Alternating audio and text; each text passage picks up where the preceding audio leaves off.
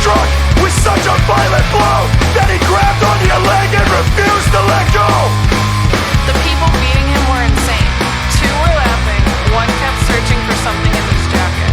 2 were silent and just looked at me through their ski masks. When I saw what the one pulled out of his jacket, I screamed, and that's when they all looked at me.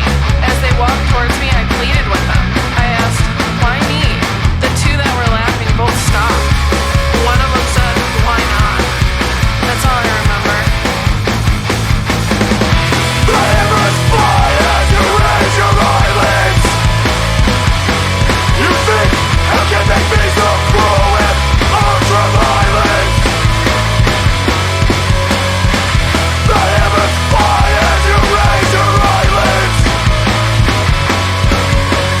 It only took 2 blows, then you sit with the silence.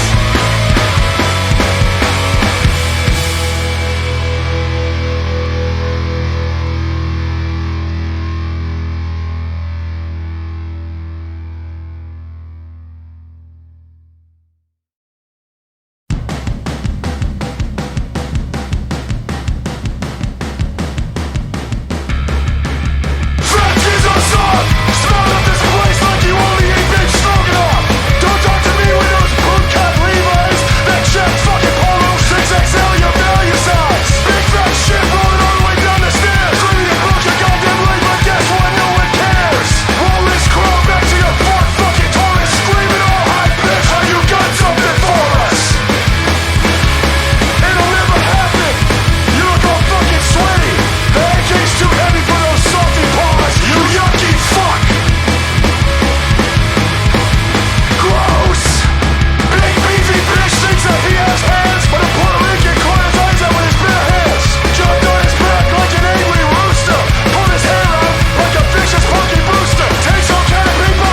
You shouldn't be one of them. So get your feet cut off by diabetes so you don't have to run again. Lay down and die. Don't talk to us or you'll be getting starved to death by 108-pound, soaking wet Puerto Rican Irish, hood-footed, humbug, leather wrapped antichrist, weird clothes having ass, purse-making freak, my brother, ever scandalous.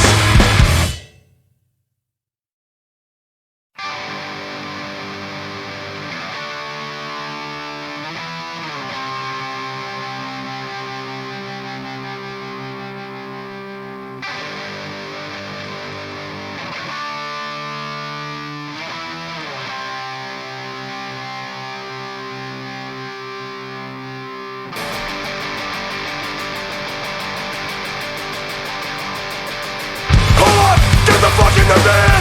Drive 3 states, beat the fuck out of some man! They offered money, and we took it! Then we caved in their knees cause our heads are all crooked! You should've taken your beating, cause now we're using your money for a late night beating! It's a perfect Wednesday, my friend admits! The waitress is nice and showed us her tits! Sick cunts! Show up gay cause wherever we are is always our city! Sick cunts, you tried to have us banned! Now we're staring at the shit and of the gun in my hands! You back talk, then you do the back pedal now! You back talk, then you do the back pedal! Back talk, back talk, back talk, back talk! Stop the gas, see you again! Open your head with the edge of a gas can! Finally home, stop with some food! Burgers at Five Guys and chaos ensues, logo! Sick cunts! Show up getting cause wherever we are it's always our city! Sick cunts, you tried to have us banned! Now you're staring at the shit and of the gun in my hand! Sick cunts will never be stopped! You're in deep water and your attitude drops! You back talk, then you do the back pedal now! You back talk, then you do the back pedal! Back talk, back talk, back talk, back talk! You back talk, then you do the back pedal now! You back talk, then you do the back pedal! Back talk, back talk, back talk, back talk! Back talk, back talk, back talk, back talk, back talk, back talk, back talk, back talk, back talk, back talk, back talk, back talk, back talk, back talk!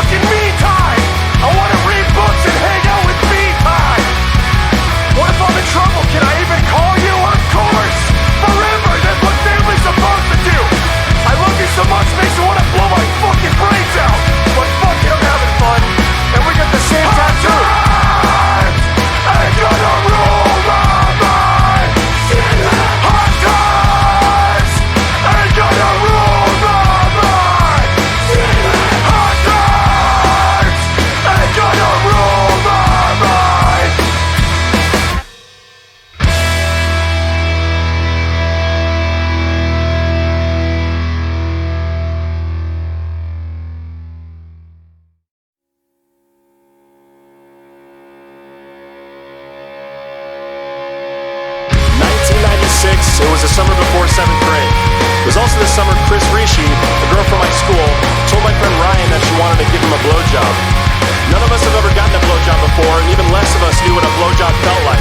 Earlier that year, while going through Ryan's mom's stuff, we found a sample of KY lubricant in one of her Cosmopolitan magazines. After Ryan used the KY to jerk off, he came to the conclusion that 100% that was what fucking a girl felt like. 6 years later, after I lost my virginity to Melissa, 40 minutes after my friend Dan fucked her, I found out Ryan's hypothesis was incorrect. Back to the summer of 1996. We were in Derry, New Hampshire at 7 p.m. riding as fast as we could to Chris's house. Chris was broad and had giant tits for her age. She was also the first person I ever knew who owned a Tupac t-shirt. New England at 7 p.m. in the late summer was close to golden hour, and I remember feeling this strange feeling. The wind picked up and the air changed. There was going to be a downpour that night, and it felt like the end of days. The clouds over us knew it was going down before we did and began speeding through the sky. That feeling I felt was different than anything I'd ever experienced until then. I felt it a few times since that day, but the summer of 1996 was the first. It was a little different than that feeling I would get when my mom would have too much to drink and I would have to help her up the stairs in 2nd grade, but it was kind of close. It was also different than the feeling I got when I gave Anna, a girl that I had a crush on in 5th grade, earrings, and she just flushed them down the fucking toilet with her friends. But it was also close. It was a feeling that made me worried and strong somehow. It felt powerful. Taking care of my drunk mother, being rejected by Anna, and now biking to Chris's house in 1996 with Ryan marked a change in my life. I lost a little more innocence each time. It sounds strange, but it felt comforting, like a warm blanket fresh out of the dryer.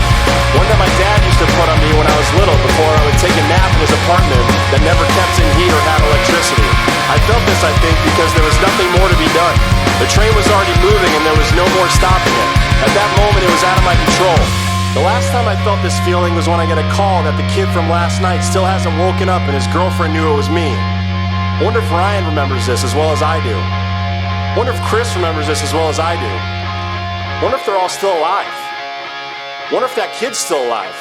And his girlfriend.